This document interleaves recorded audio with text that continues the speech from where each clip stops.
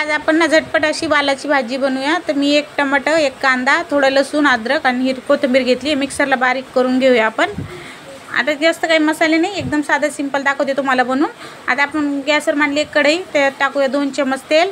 तेल गरम झालं की टाकूया लाल मिरची पावडर, 1 चम्मच एवढी हळद, थोडासा कढीपत्ता टाकायचा आहे आणि आपण जो कांदा टोमॅटो मिक्सरला बारीक करून घेतले ना ते टाकायचं आहे।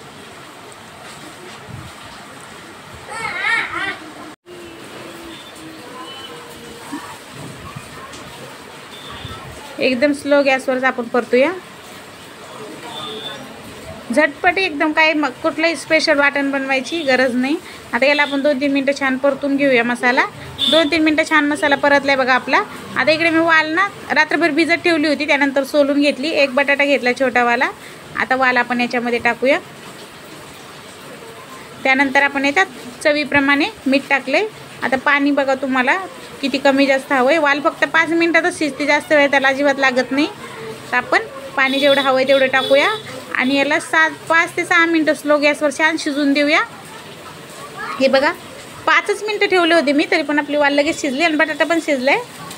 तर आपण हे बघा एकदम मस्त आणि झटपट अशी भाजी तयार झाली आपली आणि टेस्ट पण खूप छान लागतं याचा। तर आता आपण गॅस बंद करूया, थोडी कोथिंबीर टाकूया वरून। तयार आहे आपली झटपट अशी वालाची भाजी। तुम्हाला हा व्हिडिओ आवडला तर लाईक करा, शेअर करा आणि सबस्क्राईब पण करा। धन्यवाद।